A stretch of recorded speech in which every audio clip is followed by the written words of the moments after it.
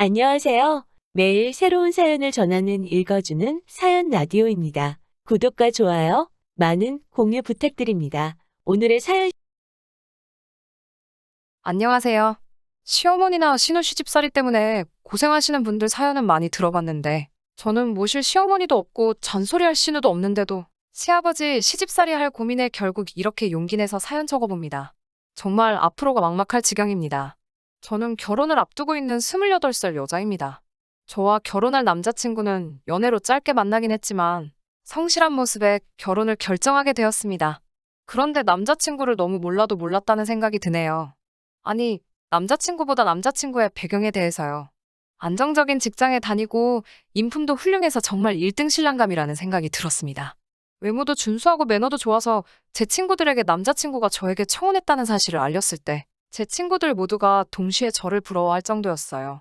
흠잡을 곳 하나 없고 완벽하기만 한 줄 알았던 남자친구라고 생각했는데 정말 이런 것 때문에 결혼을 고민하게 될 줄은 몰랐어요. 아주 돌아버리겠어요. 남편은 따로 형제도 없이 외아들이에요. 홀아버지 밑에서 자라왔다고 합니다. 사실 연애하는 동안에도 그런 사실은 알지 못했어요.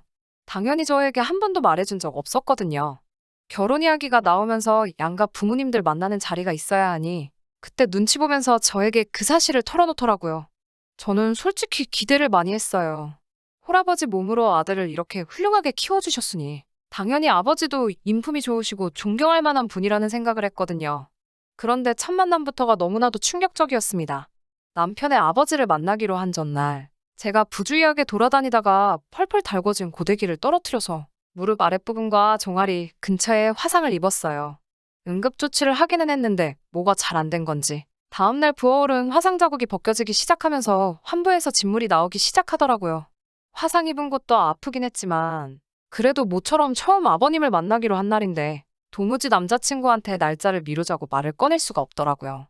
제가 부주의했던 것이기도 하고 아버님도 일부러 시간을 내주신 걸 텐데 크게 다치지도 않은 것 가지고 엄살 부린다고 안 좋게 보실 수도 있겠다는 생각이 들어서요. 평소에는 하늘하늘한 밝은 원피스를 즐겨 입는데 그 다음 날만큼은 옷을 더럽히기 싫어서 바지를 입게 되었어요. 화상 입은 곳은 반창고를 붙여놓기는 했지만 걸을 때마다 바지에 쓸리면 아파서 하는 수 없이 바지단을 접어 올리고 밖으로 나갔습니다. 약속 장소는 유명한 모호텔 뷔페였습니다. 저는 남자친구와 미리 만나서 일찍 도착을 했어요. 시아버지를 기다리고 있는데 오시기로 1시간이 지났는데 오시지 않더라고요. 조금 늦으시는가 보다 생각하고 남자친구와 수다를 떨면서 기다리고 있었는데 약속한 시간보다 30분이 지나서야 시아버지가 도착을 하셨습니다. 제가 약속 시간 같은 거에 칼 같은 면이 있고 개인적으로 시간을 못 맞추는 사람들을 좋게 보는 편은 아니에요. 친구들을 만날 때나 남자친구를 만날 때도 약속 시간을 어기면 화를 많이 내는 편이거든요. 그래도 남자친구 아버님이기도 하고 무슨 사정이 있었겠지 하고 그런 성질은 부리지 않았어요.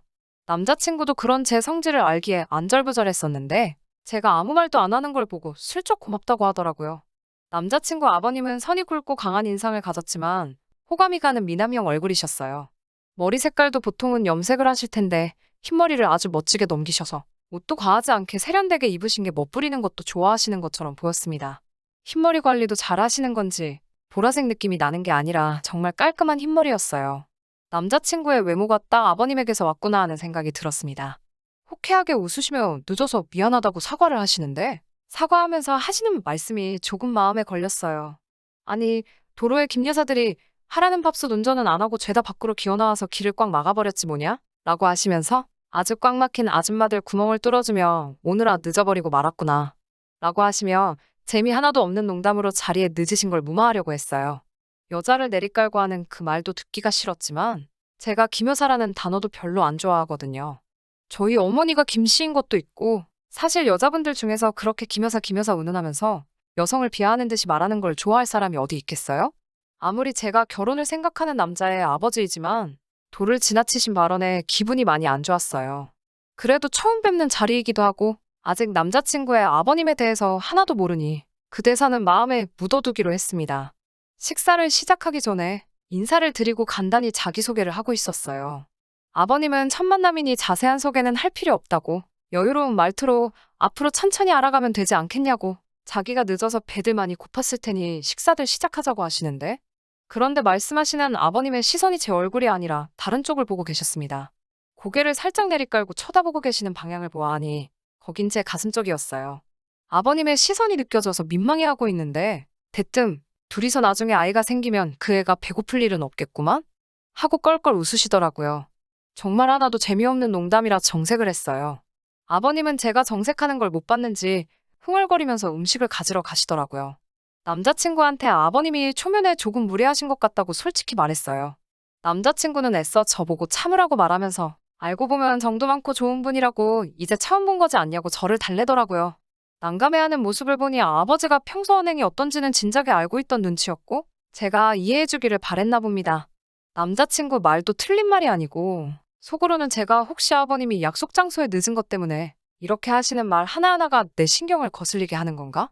하는 생각을 했고 남자친구 체면도 생각해서 참기로 했습니다. 저희도 자리에서 일어나서 음식을 뜨러 가기로 했어요. 유명한 호텔 뷔페라 그런지 먹을 게 많아서 일단 음식을 뜨지 않고 한 바퀴 먼저 돌고 먹고 싶은 것 위주로 고르려고 했습니다.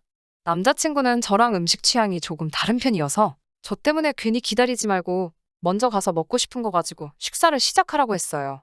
천천히 뷔페 한 바퀴를 돌며 음식 구경을 하고 있는데 아버님이 저한테 슬쩍 다가오시더니 우리 며느리는 남자를 구하나? 라고 물어보시더라고요. 무슨 말인지 몰라서 네?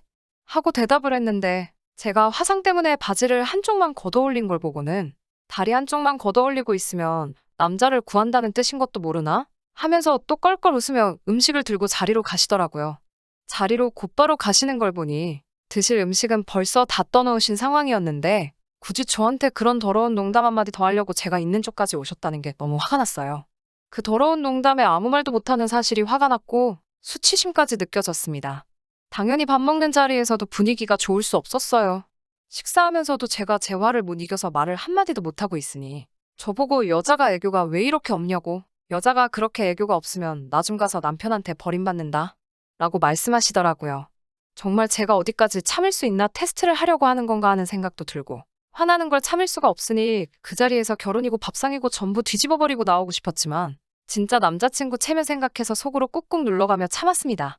식사 자리가 끝나고 원래는 남자친구와 데이트를 하려고 했는데 다리 다친 것도 아프고 도저히 그럴 기분도 아니어서 집으로 돌아왔어요. 뒤도 안 돌아보고 들어가는데 남자친구가 쫓아오면서 미안하다고 계속 사과하더라고요. 자기 아버지가 저한테 어떤 실수를 한 건지 알고는 있나 봐요. 그날 이후로 남자친구한테 연락 한 번 안 했고 벌써 일주일이 지나갔어요. 남자친구는 제발 전화 좀 받으라며 매일같이 연락을 해오고 저는 받아야 할지 말아야 할지 고민되네요. 아들은 아버지를 닮는다는데 남자친구도 만난 지 얼마 안 된 저에게 본인의 본 모습을 숨기고 있고 사실은 그런 저질농담 같은 걸 거침없이 말하는 그런 사람일까봐 걱정돼요. 진짜 어떻게 해야 하는 건지 제 마음도 모르겠고 정신없기만 하네요. 혼자 소갈이 하다가 이렇게 사연 한번 보내봤습니다. 후기 보내드립니다. 남자친구가 집까지 찾아오고 난리도 아니어서 무슨 말이 하고 싶은 건지 드러나 보려고 한번 만났어요. 결국 자기 아버지가 실수한 거에 대해서 사과하고 저를 이해시키려고 하더라고요. 원래도 짓궂은 농담을 좋아하시는 분인데 정말 그 속에는 악의가 하나도 없다고 하면서 정도 많고 따뜻한 분이시라고 저보고 이제 그만 화를 풀어달라고 말하더라고요. 자기도 미치겠다고. 그렇다고 아들 여자친구가 아버지 저질 농담하는 거 듣기 싫다고 그 말투를 고치라고 할 수도 없는 노릇이지 않겠냐고. 자기 좀 이해해 달라고 하더라고요.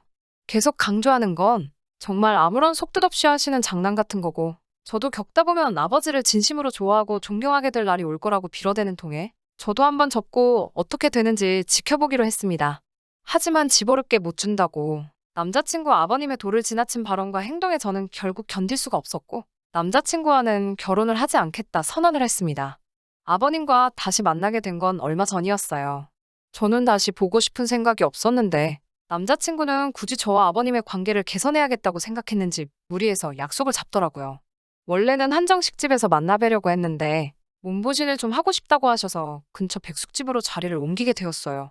메뉴가 여러 가지가 있었는데 세 사람 모두 해신탕으로 통일을 했습니다. 해신탕 다들 아시죠?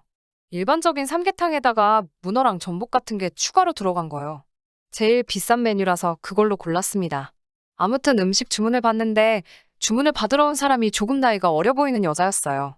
대학생이 아르바이트로 일을 하고 있는 건지 부모님 가게를 돕고 있는 건지는 몰랐지만 저보다도 훨씬 어려 보였습니다.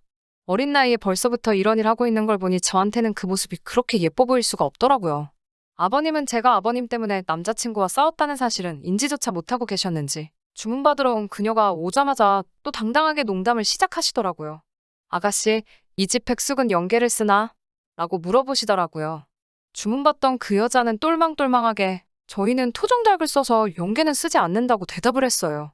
그러자 아버님이 실망스러운 표정을 짓더니 여자든 닭이든 젊고 어린 게 맛있는 법인데 라면서 말도 안 되는 농담을 또 하시더라고요. 주문받던 여자는 그런 농담이 익숙했는지 대수롭지 않게 토종닭이라서 조금 질기다는 느낌을 받을 수도 있는데 연계보다 훨씬 몸에 좋은 거예요, 사장님. 하고 아무렇지 않게 지나가더라고요. 저한테 한 농담도 아닌데 저한테는 엄청나게 거슬렸는데 또 주문받는 여자는 대수롭지 않게 넘어가니 남자친구 말대로 제가 과민 반응을 하는 건가? 하는 생각이 들기도 했습니다. 그리고 나서는 음식이 나오기 전까지 혼자서 남자친구 키워오시며 힘들었던 이야기를 하는데 저를 거슬리게 만드는 그런 농담을 빼고 하시는 정상적인 말씀을 들으니 고생도 많이 하셨고 엄청 열심히 사신 분이라는 생각도 들고 남자친구 말대로 제가 속이 좁고 아버님은 사실 좋은 사람이 맞는 건가 하는 생각도 들었어요. 그런데 그런 생각이 들기가 무색하게 몇 분도 안 돼서 애써 쌓아놓으신 점수를 날려버리셨습니다. 그날은 밥상을 뒤집어버리고 한마디 하고 뛰쳐나왔고요.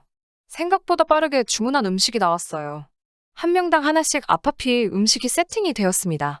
제가 뜨거운 걸 잘 못 먹어서 펄펄 끓고 있는 삼계탕이 조금 식을 때까지 기다리고 있었는데 우리 며느리는 큰 고추 먹어야지 하면서 이건 며느리 거 라고 하시며 3회째로 나온 오이고추를 제 앞접시에다가 덜어주시더군요.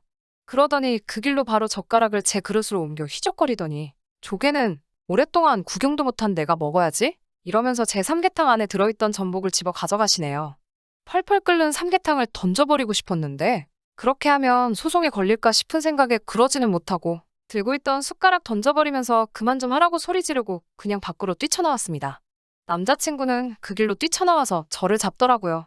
제가 참다 도저히 견딜 수가 없어서 일어난 거고 앞으로 볼 일도 없을 거라고 말하니 아버지가 저를 편하게 해주고 싶어서 농담한 걸 가지고 도대체 왜 그렇게 예민하게 반응을 하냐며 이해가 안 간다는 식으로 말을 했습니다. 너는 어떻게 그게 아무렇지도 않을 수가 있냐고. 하나를 보면 열을 안다고. 저런 농담이 별것도 아니라는 식으로 받아들이는 너도 문제가 있는 거라고 한마디 해줬어요. 아무리 어른이고 농담이라고 해도 듣는 사람 기분을 봐가면서 정도껏 해야지 재밌는 농담이 되는 거고 그 도가 지나치면 그 순간부터는 농담이 아니라 희롱이라고 말해줬어요. 오빠도 똑같다고. 저런 농담을 듣고 아무렇지도 않다는 건 오빠도 나중에는 나한테 저런 농담 서스럼 없이 해도 된다고 생각하는 거 아니냐고. 결혼이 문제가 아니라 연애하는 것도 다시 생각해보고 싶다고 말하고 저 혼자 집으로 돌아왔습니다. 잘못한 걸 이해를 했는지 뭔지는 모르겠지만 더 이상 저를 잡으러 쫓아오지도 않고 제자리에 가만 서서 제가 멀어져 가는 것만 바라보고 있더라고요. 바로 얼마 전 이야기예요. 엊그제까지는 전화 좀 받으라고 하면서 하루에 12번도 전화를 했는데 요 며칠간은 전화 한 통 없네요. 아버지 버릇을 고쳐놓겠다고 해도 저는 다시 만날 생각이 없습니다. 언젠가는 남자친구도 제가 한 말이 무슨 뜻인지 이해할 날이 올 거예요. 개인적인 생각이지만 이런 식으로 결혼할 여자 2~3명 정도 더 놓치고 나서 이해하겠지만요. 사실 싱숭생숭하고 안타깝기도 합니다. 정말 짧은 연애 기간 동안 결혼까지 결심하게 할 정도로 하나도 모자란 점이 없는 사람이었는데 말이에요. 10월드 하지만 이런 일로도 파혼을 하는 사람이 있네요. 그리고 그런 사람이 바로 저라는 것도 참 웃기는 일이에요. 아직도 생각하면 화가 나기도 하면서 한편으로는 안타까울 때도 있습니다. 앞으로 저한테 좋은 일 생기고 더 좋은 사람들과 가족들을 만날 수 있게 다들 응원해 주시고 이야기는 여기서 끝내도록 하겠습니다. 긴 이야기 들어주셔서 감사합니다. 오늘의 사연은 여기까지입니다. 구독과 좋아요, 알람 설정해주시면 앞으로 더 좋은 사연으로 찾아오겠습니다. 감사합니다.